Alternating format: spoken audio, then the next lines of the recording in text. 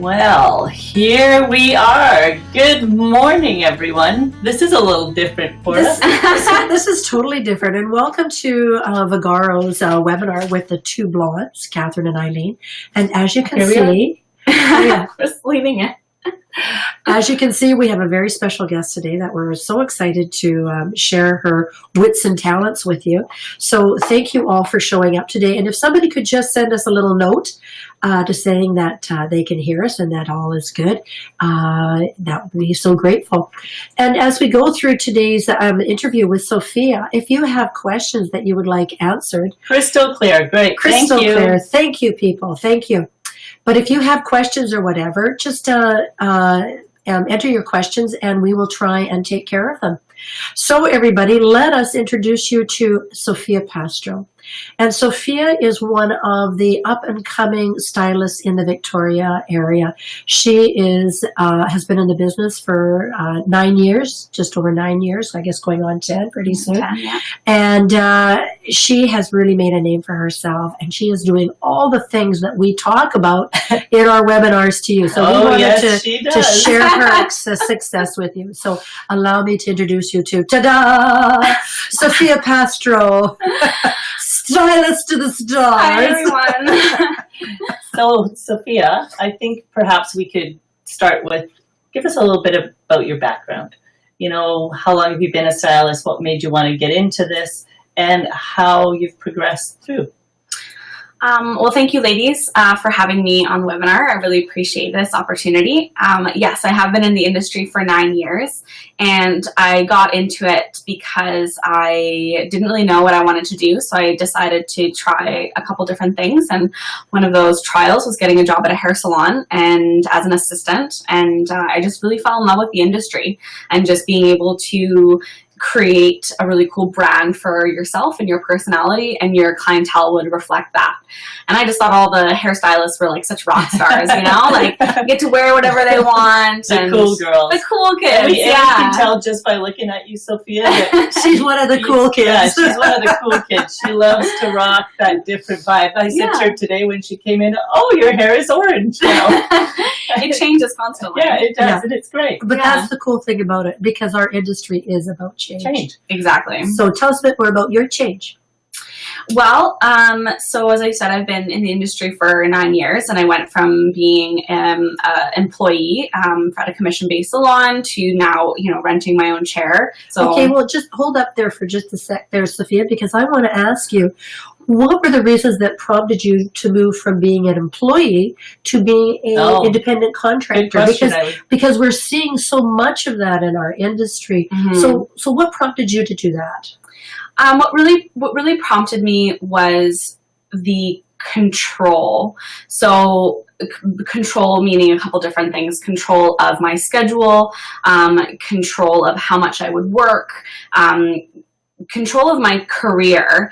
I guess in some salons you feel really supported by the owners and you feel like you really want to grow with them. And I have worked in a salon that was in that capacity, where Liz from Lavish Salon here in Victoria, I worked with her for 3.5 years. She was always very encouraging, always pushed me to, you know, grow my business and to do better and be better. And being in that environment was amazing. I ended up moving to another salon that didn't have that environment, and it just came to the point where I was doing all of this work outside of the salon, and I really wanted to reap those benefits for if I'm going to put in all this effort, I might as well own my own business, you know? So what would you say was the biggest challenge when you first made that leap from employee to independent contractor? Fear, for sure. Fear was huge. I mean, absolutely. I thought, oh my gosh, you know, I'm going to be responsible for rent now. It's not, if I'm not busy, I don't make any money. And if I'm not able to make that rent at the end of the month, I'm in the negative, not just in, you know, not being able to take home any food or feed myself or anything like that. So that was a huge scary point for me. And then I made the transition, and because of my personality, in the sense that I'm very much business minded, and I understand that you have to go out there and network and, you know, draw clients to you and attract them. I never had a problem. It was like I was afraid for nothing. Well, how long would you say it took you to get to the point where all of a sudden the fear started to subside? The first paycheck. That's fantastic. It was the first paycheck. I was like, oh, okay. And it is interesting because actually the first time Catherine and I met you was at a networking event. You were so fantastic at that. You have made a name for yourself, because it is not something that we see at network events, is stylists coming out to build their business. So in fact, I think you're the only one that we have actually ever met at a networking event. And we talk about it all the time. And if if anybody is a regular listener to our webinars, they've probably heard us speak about you. Yes, we bandage your name about regularly. That's awesome. Because you are truly the shining example of what it takes to really get ahead as an independent stylist in any business. Yes, exactly. Because and that drive and that motivation, and I love what you said about the fear, though, because fear can either cripple us or move us forward. And to see you take that fear and use it as that motivating factor to push through to your success, I think it says it's something for all of us, that all of us can do this. You know, like seriously, people, if Sophia can do it, all of us can do it. So, okay, so you start your work as your independent contractor. But of course, being Sofia Pastoral, this is not going to be enough to satisfy you. What is the next step in your growth and moving forwards? Well, my next step is looking at expanding my business from just the behind the chair aspect of it to the online portion. I basically, as I've been growing in my career, I've really realized that as a stylist, it's very limiting to be able to just work behind the chair and make that income only for when you're working. If you get sick or if you want to go on vacation, you're not making that kind of income. So for me, that was really the driving factor to look at other sources of revenue for my online business. That is, that's just so out there in a way, because most of us, when we think about the service industry, we are tying ourselves behind the chair. Mm-hmm. And so to see this branching out, I think it's really creative. And again, it's what our industry is all about, is creative ways to earn a living in this industry. So tell us a little bit about, you're famous for your blogs. Especially your YouTube blog. So yes. Tell us a little bit about that. So I originally started my YouTube channel because I wanted the opportunity to reach my clients and educate them. I kind of went through this phase where people would come into my chair and they would say, "Oh my gosh, Sophia, I love the way you style my hair, but I just can't achieve the same results at home." Right? And I would take that as a compliment. I would say, "Oh, I know I'm the best. It's fine." But then an idea kind of popped in my head, and it kind of dawned on me that my clients are my advertising. Here. They are my walking billboards. So if they don't look good, that's on me. So I started filming YouTube videos and doing tutorials for them and educating them, because I thought, if I can teach you how to do your hair at home, then you're going to look great 24/7. And that's your walking billboard. And that's my walking billboard. And the amount of time that my clients have been stopped in the street, "Oh my gosh, I love your hair. Who does it?" I make sure they leave with my business cards. That's been a huge part of growing my business. So it's merging that online portion with the in-person portion. I think that they have to work together. So many times, I think that especially nowadays, there's this huge weight on, social media and YouTube and Instagram. And yes, they're very important. But when working with real life, when you combine the two of behind the chair and with those factors, then that's when the magic happens. The magic. Magic. Yes, absolutely. We keep talking about how important video is. Mm-hmm. And in this life of social media, people want to see videos. Mm-hmm. They do. And the interesting thing is that, again, 80% of consumers today are finding their service providers and their products online, right? Mm-hmm. So, you know, as an independent contractor, how do you drag people to your site? Well, with all the original content that you put on your site, the more that it drives the search engines towards you. So a lot of the times, just because of an organic search, you are driving people towards you with your online presence. I mean, it really is incredible. Yeah. Well, as an independent, you have to do something to stand out from the crowd. And I mean, it is a crowded marketplace. It is. So you absolutely have to do something different. You have to be willing. Now, Eileen and I often talk about top 20 percenters. So, you know, the 80-20 principle is large. I really believe, Sophia, that you are in the top 1%. Because not everyone is going to do or willing to do what you do to be as successful as you are. Mm-hmm. How do you find the time to do it all? I don't find, that's a great question. It's not about finding the time, it's about organizing your priorities. Really, at the end of the day. No, you can't. You Not have with a this cold. cold. Glitching a bit. She was breaking up. Yeah, but that's really what it comes down to is I only have 24 hours in my day, just like everybody else. And some days are more filled than others, but really it's about setting your priorities of what you want to do, what you want to achieve, and being able to go from there. Now, there was just a day last week where, you know, I was in the salon at 8 o'clock in the morning, and then I was working straight through until about 3:30 with clients. And then I had about an hour that I could do some emails and, you know, follow up with some people and some things that I need to do on the computer. Then I went from there to a Chamber of Commerce networking event, was there until about 7, then went to another networking event that I had later on that evening. And then at 9 o'clock came around and I had to go back to the salon to start filming some videos because I film in the salon and I can't do it while people are there. And then I was there till about 10:30. Now that's not an average day. You know, But you accomplished a lot. But I accomplished a lot. And it was one of those days where I had a timeline.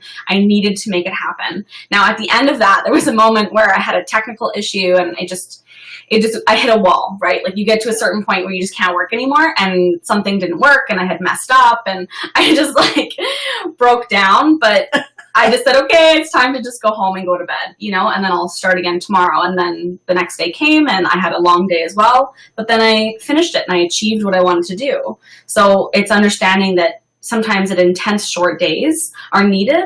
And then there's other days where I can sleep in until 9. Perfect. Yeah. You gotta love it. So you have to be able. work-life balance. You have to be able to balance out somewhere. Yeah. You do. And I think that's one of the things that as a young entrepreneur that you have to really recognize it all work and no play is no fun. It's no fun. No, it's no fun. And it's something that you can burn out very quickly. And I have a bad habit of that where I'll push myself until the breaking point. But I also We wouldn't know anything about that. No. But I also understand that, you know, I want to build something that will serve me later on. And I understand this is not forever. This is just for right now. I have weeks that I can relax a little bit more and then other weeks where it's really intense and I need to get work done. But then I know, okay, well, now is the time. And then later on I can rest. So networking has featured prominently Yes. in Well, where and I'm going to say also the next thing is also time management. It sounds like it's a really big deal for you. It's huge. Yeah. So that also says to me that if you're into time management, you're probably also a goal setter, aren't you? Oh, yes. I'm typical type A. Did you hear that, people? She's a goal setter. Why am I not surprised? Because I truly believe that without goals, you know, we really don't get anywhere. And of course, I love that. And at the end of our interview, I'm going to ask you what your goals goals are for the next year. But let's talk about, first of all, going back to your timeline, because one of the things that fascinates Kath and I too is the fact that you took sort of a rounded salon business and turned it more into a niche market. Mm-hmm. So we'd love to talk to you a little bit about that. Yeah, absolutely. So for anybody listening, when we talk about niche market, we just mean by taking the whole and looking to narrow down your focus. You really have to drill down and narrow down your focus. You take a segment of one segment of your client base, and that's where you're going to hone in. Mm-hmm. So tell us how you did that, or why you did that.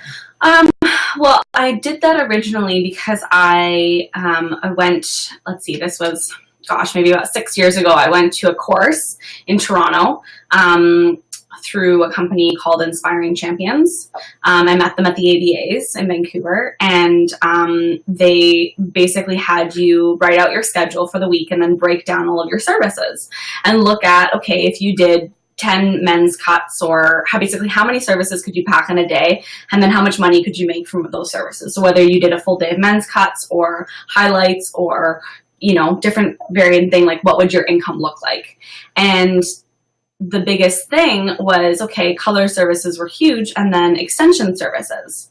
So I realized, I was like, well, that's the most basically income I can make for the shortest amount of time. So that's how I decided to invest in a course for Great Lengths hair extensions. And so I went to Vancouver for the training, and I invested in that. And that was my first kind of I love that you use the word invest. Thank you. Yes. I love that you use the word invest, because truly that's what you are doing. When you are going to education, when you are going to either technical or business education, you are investing in your future.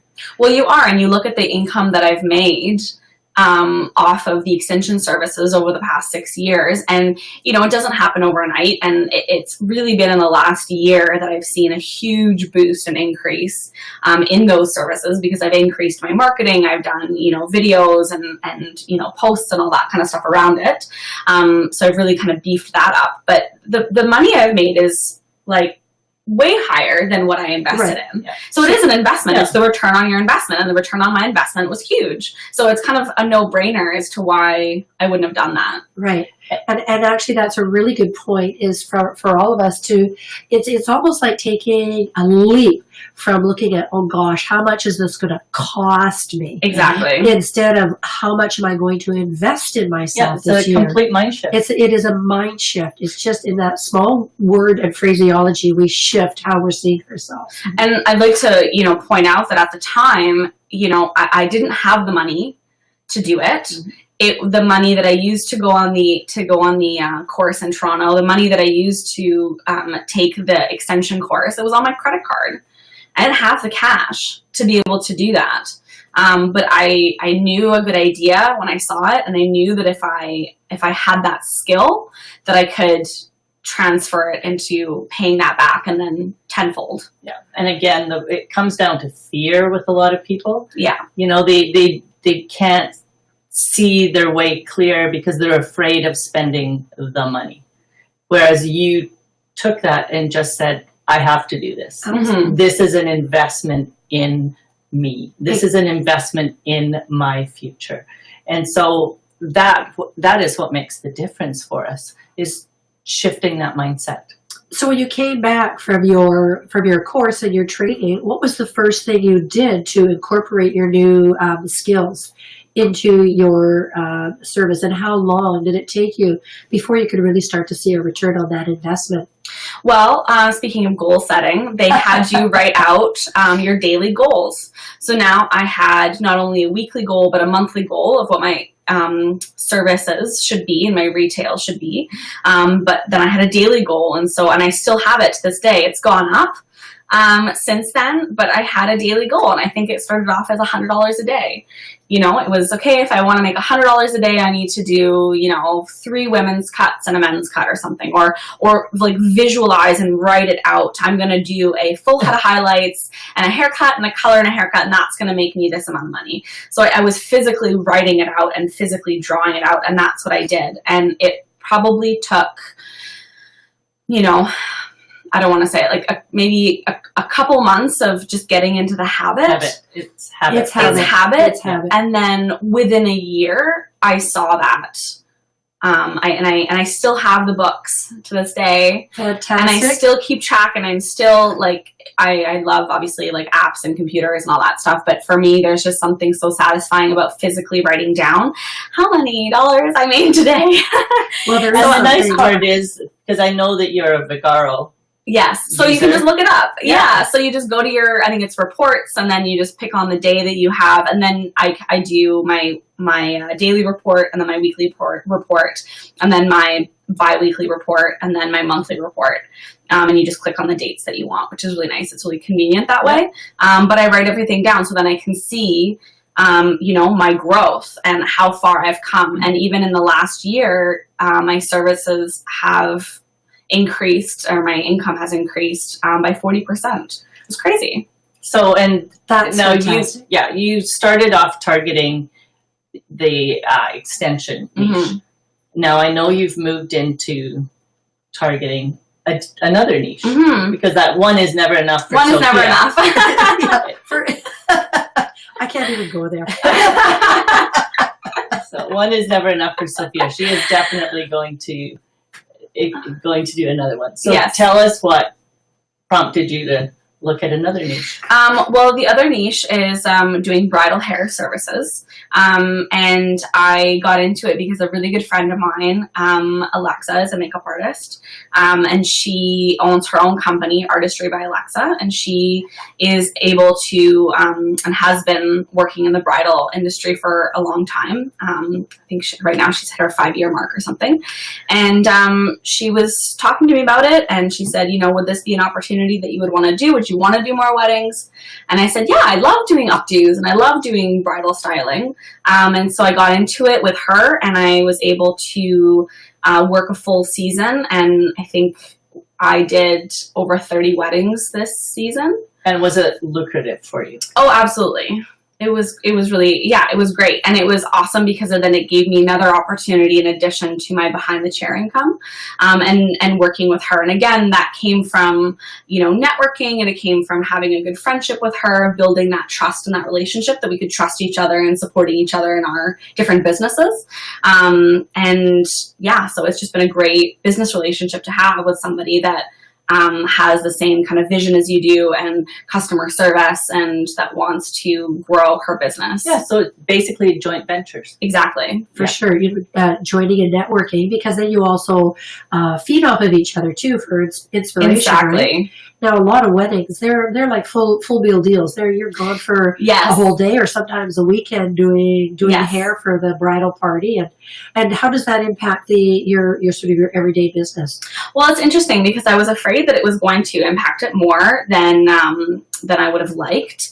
But what I ended up doing is, you know, on a day that I do a wedding, I don't go into the salon afterwards. You know, usually you're up really early. This year I've been blessed with the challenge of having very early morning weddings. So I'm up at sometimes 4 or 5 in the morning, and then working for 6 hours at a time. So I really can't go to the salon afterwards. So my hours decreased at the salon, and through the Vagaro system, you can send out emails to your clients. And so I sent out an email before kind of the wedding season really ramped up.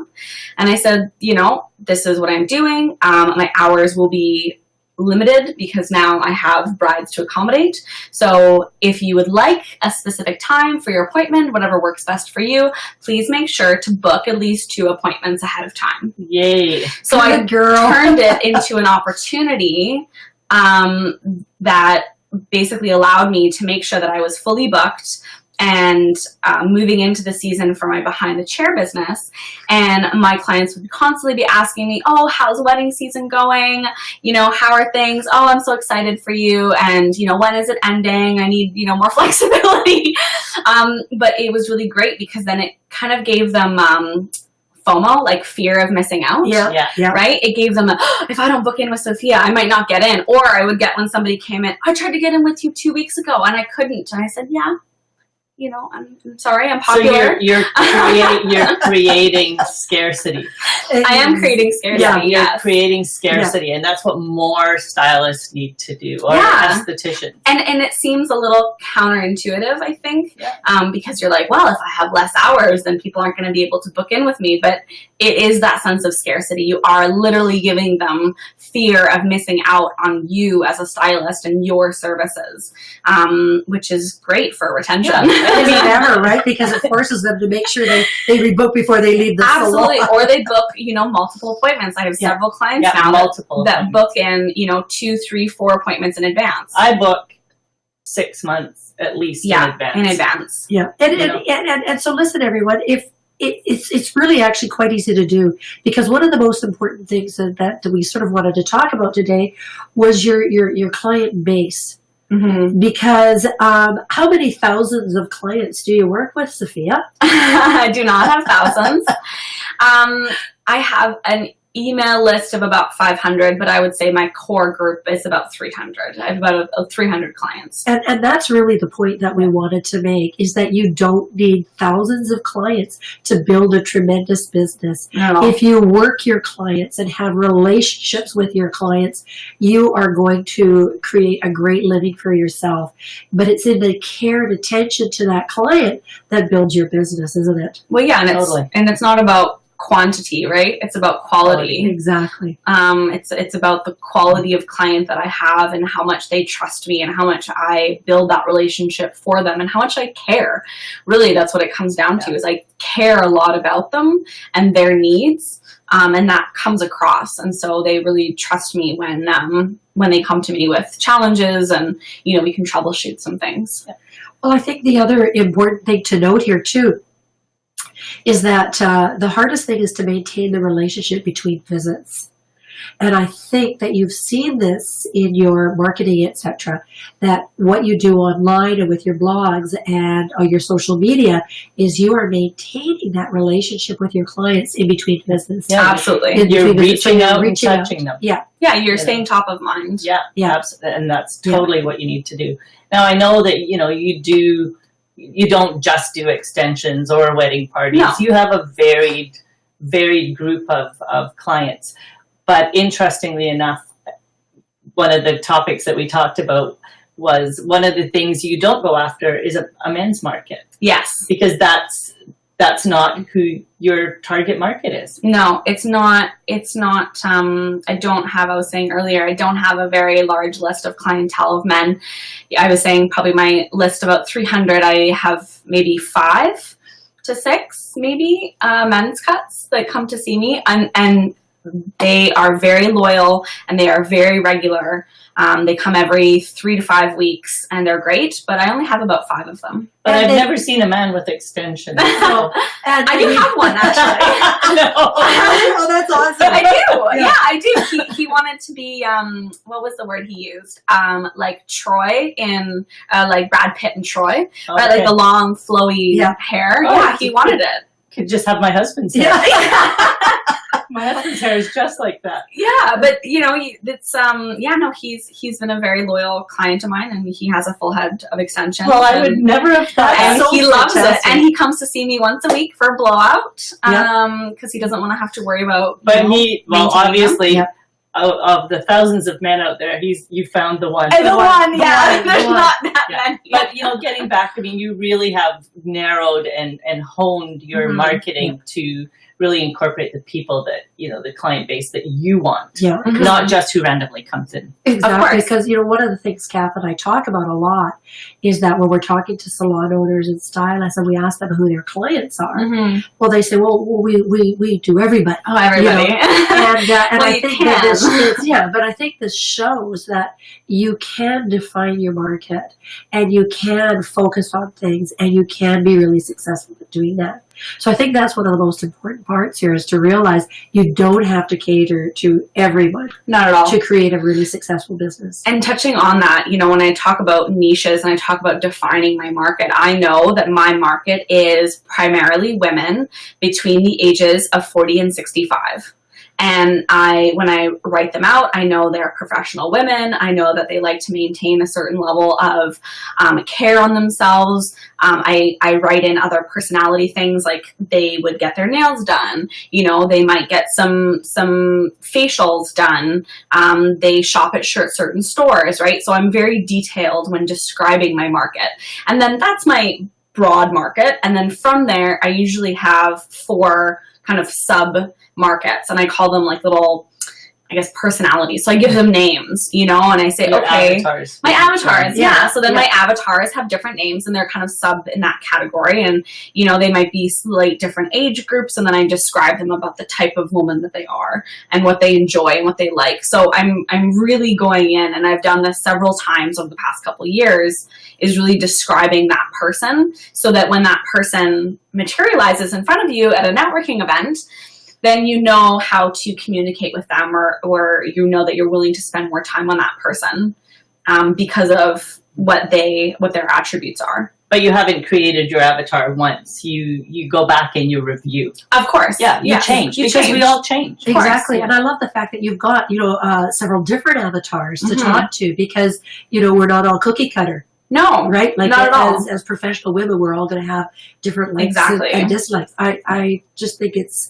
I just think she's quite brilliant. But I'm sure you have seen your average ticket over the years just increase. Yes. And increase. Yes. And increase. And that's a really good point. How often do you raise your prices? That's a great question. I usually raise them about every 2 years. So I raised them last year or maybe the year before? I think it was last year. I have to look actually, but I'm now thinking with this move, we're moving salons. I'm thinking that may be another opportunity to increase again. Totally. And it's just kind of figuring out what that looks like, and by how much. And then the other part of that is, and we often talk about this, is if you are 90% booked outside of your niches, then you need to raise your prices. Mm-hmm. Because you need to open up some space for those people that will pay more. Exactly. To give them an opportunity to come in, because some people will only be comfortable at a certain price point. So sometimes it's okay. We have to be willing to let go of some people. And because of what we do and the fact that we touch people and we form really close relationships with them, oftentimes we will hang on to clients way too long and cut them deals, and it just harms your income going home. Mm-hmm. that gets hit. Yeah, it is. And I always like the idea too that you change prices really, or increase your prices almost on a rotational basis. Mm-hmm. So that, as you say, rather than perhaps, choosing once every couple of years, but, you do cuts at a certain time, color at a certain time, extensions, so that your prices are fluctuating regularly to keep up with your increasing costs. Because I bet you one thing that's happened over your last 9 or 10 years is that you haven't seen costs decrease. No, of course not. I mean, we live in a beautiful city, and this is one of the most expensive cities in Canada to live in. But other than that, it's also being able to plan for my future and being able to have the capital to invest in my business so that I can give back on a different level. So it's definitely something that I find it's really important. So just touching on, you're going back to your niches, your extensions and your bridal. Tell us what has been the most successful way of reaching your clients? So what kind of marketing are you employing? A combination of YouTube videos, Instagram posts, and Facebook posts. I don't do ads. Those are kind of like the online segments. And then, of course, the in-person marketing, so networking events. And you have a great website. Yes, that as well. Yeah. Yes, sorry. Sophia has a great website called lighthearted.com. And we encourage all of you to check out her website because she's done a beautiful job. I really believe in branding and creating a consistent theme throughout your marketing, your business cards, everything. And Sophia has done an amazing job of this. So please check it out and see what she's done. There's much to be learned from this young woman. I actually have a personal question to ask you, Sophia. You recently got married. Yes, last year. And I want to know how your bridal business influenced your own wedding. Oh, yeah, that's a great question. So it turns out the average wedding cost in Canada is about $30,000. What? That's the average wedding in Canada, average. So there's ones that are much more expensive than that. And it's been a really great opportunity to work in the bridal industry, and then you see all the different types of weddings that there are and how you can really customize it depending on your personality and personality of your partner. And so for myself and my partner, we really didn't want kind of the not necessarily like the traditional, but we didn't want kind of the hoopla or the expense of a traditional wedding. So we really made a conscious effort to keep it really, really minimal. I bought my dress off of used Victoria, and we spent our money on basically the photographer. That was the main thing that we spent our money on. And that was a really great investment, by the way, because your pictures are phenomenal. Yeah, yes, they are. And do you use your pictures in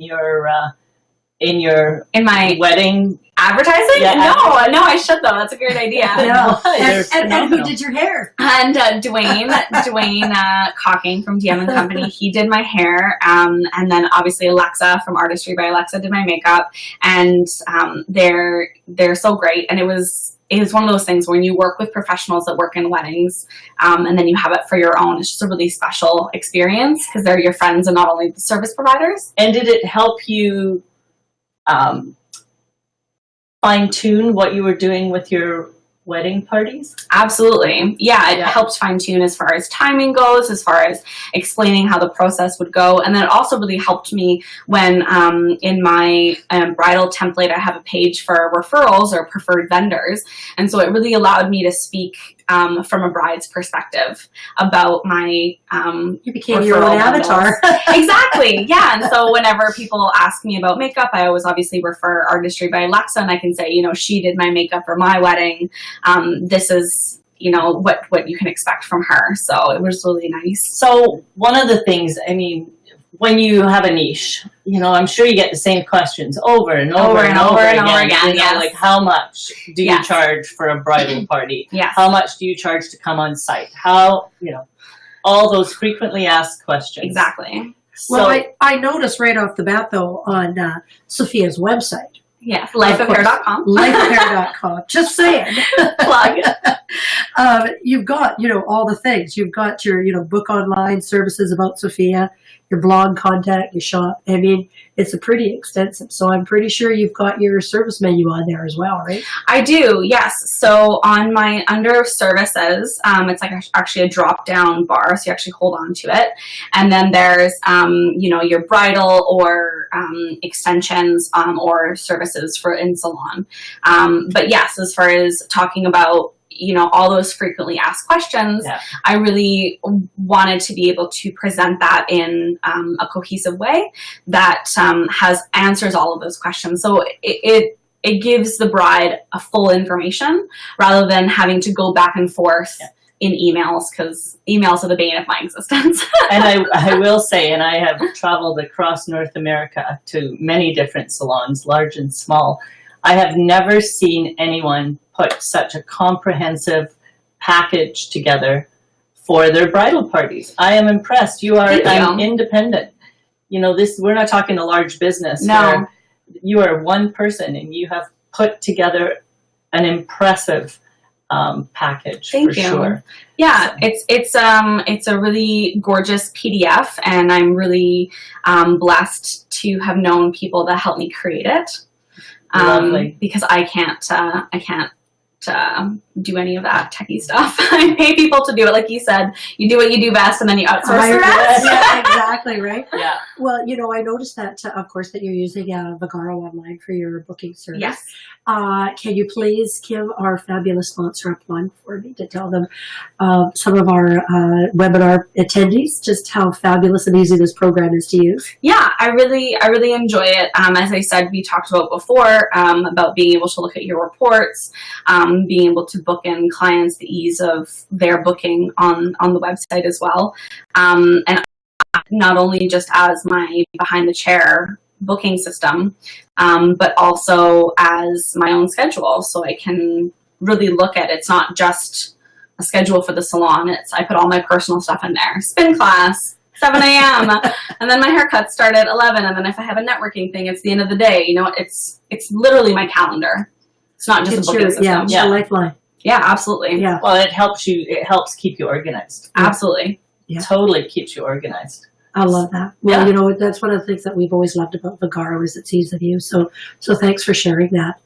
And hopefully you really delve into the reports and utilize the reports. It sounds like you really take full advantage of the reporting capacity. Yeah, of course, which is great. I mean, it's the information, it's the analytics that tell you, you know, where you can go. So I think it's really important to look at them.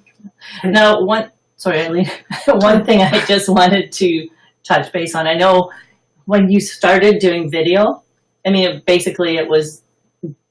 you started with your phone, Yes. right? And you have progressed from there. Mm-hmm. You learn as you go along. Mm-hmm. So for anybody listening, you know, might be a little intimidating seeing some of the fabulous videos on Life of Hair. But remember, Sofia didn't start there. She started much smaller. Yes. Started with a phone. Yeah. Started, you know, Purse power. Yeah. Purse power, totally. Yeah, exactly. Yeah, I think I have over 60 videos on my YouTube channel, and if you go right to the very, very, very beginning, the videos are atrocious. They're really bad, but they're fun, and I keep them up there because it really shows the progression, right? It shows this is how bad I was when I started, and then this is what I've grown into, and I think it's a comfort level of being in front of the camera. It's understanding lighting, understanding sound, understanding how to edit, you know, and they're just skills that take a while to learn unless you're willing to pay to outsource that. Right. But in this stage in my business, although I'm very happy where it is and I'm very close to hitting that 6-figure behind the chair mark, it's not still something that I can afford because video is so expensive to produce. Yeah. But it is a goal that later on I'd be willing to outsource that because, again, editing is not my strong suit. But you do what you can. Yeah, you know, if you have the big thing is, though, feel the fear and do it anyway. Exactly. Yes, that's it. That's it exactly. Is feel the fear and do it anyways. You can use that little drop down there path and keep Let me going. just see. Oh, there aren't any unread well, you questions. didn't get it. Okay, I'm sorry. Your question just flew by, and I'm trying to capture it. Can you retype that question for us? Which would be great. You have to be the question watcher. Okay, I'll watch the question. Now you tell me. But I do have a question for you because we've been talking a lot about niches and how important they can be in our market. And we've certainly talked about the benefits of having a niche. But what would you say the challenges are? The challenges of having a niche? Yeah. Are there any? Or is it just benefit driven? I would argue that it's really benefit driven. It just focuses your attention. What do you say to someone who, you know, like, for example, we were talking about the men's market. What do you say to the gentleman who comes up to you and say, well, you know, gee, Sophia, I'd really like it if you did, you know, cut my hair for me. Yeah, I mean, it's one of the things where, you know, of course I'll be open and I'll give them my card and say, you know, that would be lovely. But I will be 100% transparent with them and say, you know, I primarily do women. Women are the base of my clientele. If you would like to come see me, obviously, like, you're more than welcome. But I have a very high price point for my men's cuts to kind of deter them. So if they want to spend that money, then they're more than welcome. And I do have some that do, because they value it, but a lot of them are in a very specific financial position. They're of a certain stature, where they can afford that. So it's at a price point that deters them. Well, I really like that. And I think a really important lesson here in that is that we can say no. We can choose who we're going to work with and how we're going to work. And I think that's really important, because so often Catherine and I see stylists who are trapped by their clientele.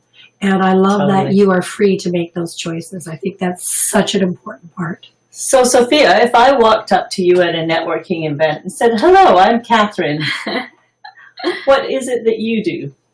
What's your pitch, baby? What's my pitch? I would say, hi, my name is Sofia Pastro. I am the CEO and founder of my company, Life of Hair. I provide online video tutorials for women on learning how to style their hair at home and educating them through on the online resources on YouTube, as well as on my website, as well as offering behind the chair services.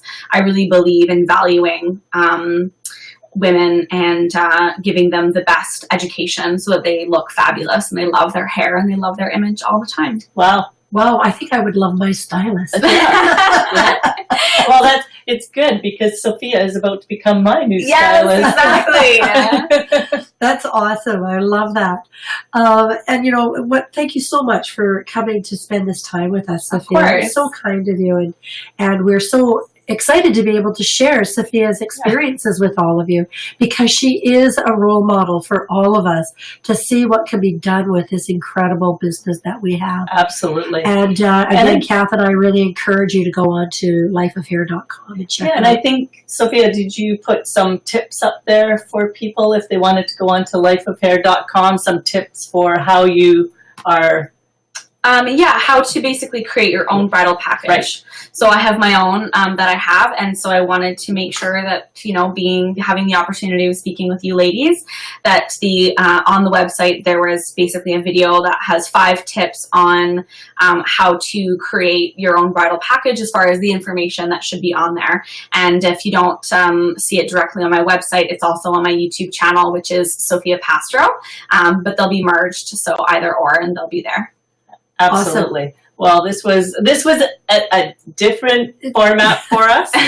And we'd love to get your feedback, everybody. Send us a note at 2blondessales@gmail.com. We don't have any sheets out today, but 2blondessales@gmail.com. And let us know how you like the format of having an incredible interview with someone like Sophia. We'd love to hear from you. You are a role model. You are. And you are going to be able to follow up and see this again on Vagaro Always Keeps It Going on their Facebook page. So make sure you check it out. And what's that say, girls? Any questions about Vagaro, please contact sales@vagaro.com. Exactly. And hopefully you are all utilizing everything in your Vagaro system. It rocks. So we'll say farewell to all of you. Have a wonderful day. And we'll see you next month. Ta-ta. Sayonara. Bye.